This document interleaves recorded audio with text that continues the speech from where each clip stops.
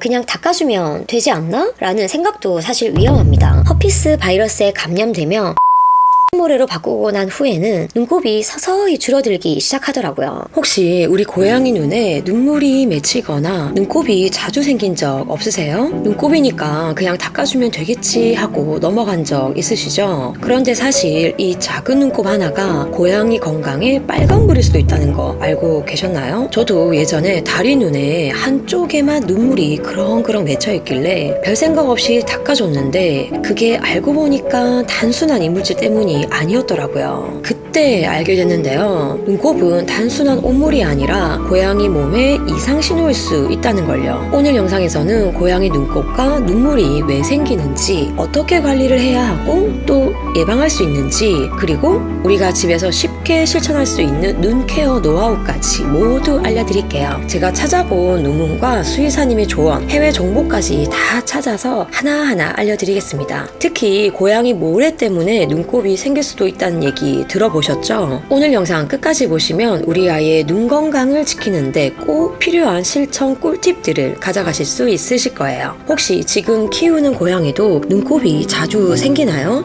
댓글로 알려주시면 하나하나 다 읽어보고 답글 달아드릴게요. 실제로 댓글에 달린 어떤 집사님의 경우를 보면 새끼 길고양이 눈에 노란 눈곱이 생기고 그것 때문에 눈을 뜨지 못하는 상황이 있었다고 해요. 그럴 때는 따뜻한 물을 수건에 묻혀서 살살 닦아줬더니 며칠 후에 많이 호전됐다고 합니다. 그리고 저희 다리는 두부모래를 꽤 오래 써왔었는데요. 정말 자주 눈곱 정리를 해줬던 것 같아요. 그런데 모래를 조금씩 바꿔보고 난 후에는 그 증상이 굉장히 완화된 걸 느꼈어요. 그리고 저희 다리가 한 번씩 한쪽 눈만 깜빡거리거나 얼마 전에도 한쪽 눈에만 맑은 눈물이 가득하게 맺힌 적이 있었어요. 그런데 확실히 먼지가 적은 모래로 바꾸고 난 후에는 눈물을 흘린 적은 없었고 눈곱이 서서히 줄어들기 시작하더라고요. 기존에 썼던 먼지나 가루가 많았던 모래를 일단 중단하고 향이 적고 먼지도 적은 모래로 교체한 후부터는 저희 다리 눈 상태가 눈에 띄게 개선됐습니다. 눈곱이 생기는 다양한 원인들을 살펴보면 첫 번째는 호흡기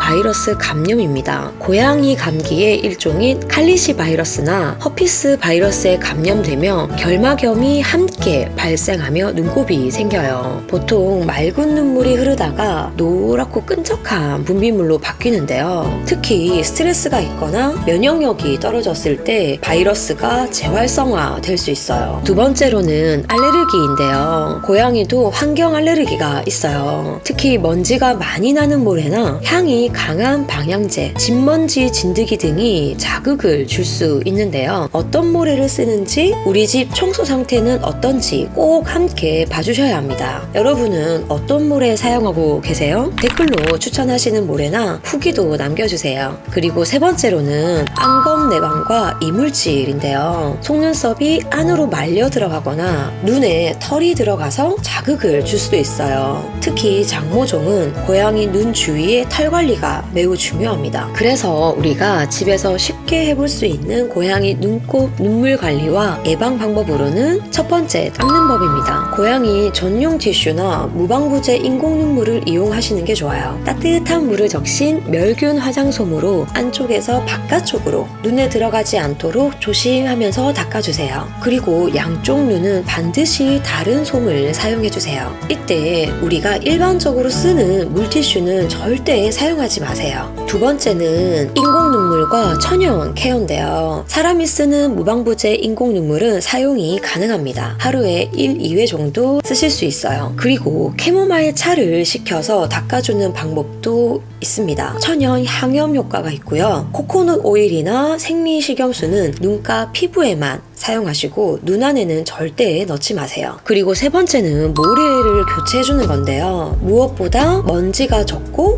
향이 없으면서 이물질이 날리지 않은 고운 입자의 모래를 선택해보세요. 혹시 지금 모래 때문에 문제가 생겼다면 일주일 정도 다른 모래를 바꿔서 테스트해보시는 것도 좋습니다. 그런데 눈곱은 보통 그냥 생기는 거 아닌가요? 맞아요. 고양이도 자고 일어나며 당연히 눈곱이 낄 수 있어요. 그런데 그게 갈색이거나 아주 작은 소량의 하루에 1, 2회 정도라면 걱정하지 않으셔도 됩니다. 그치만 끈적하고 양이 많고 색이 노랗거나 초록색이면 반드시 의심해보셔야 하는데요. 또 그냥 닦아주면 되지 않나? 라는 생각도 사실 위험합니다. 우리가 일반적으로 쓰는 화학 성분이 든 물티슈로 그냥 닦았다가 오히려 눈가에 피부염이나 탈모가 생긴 경우도 많았다고 해요. 고양이 눈곱이 자주 끼거나 눈물이 흐르는 건 단순한 미용 문제나 먼지 때문만이 아니라 건강 이상 신호일 수 있어요.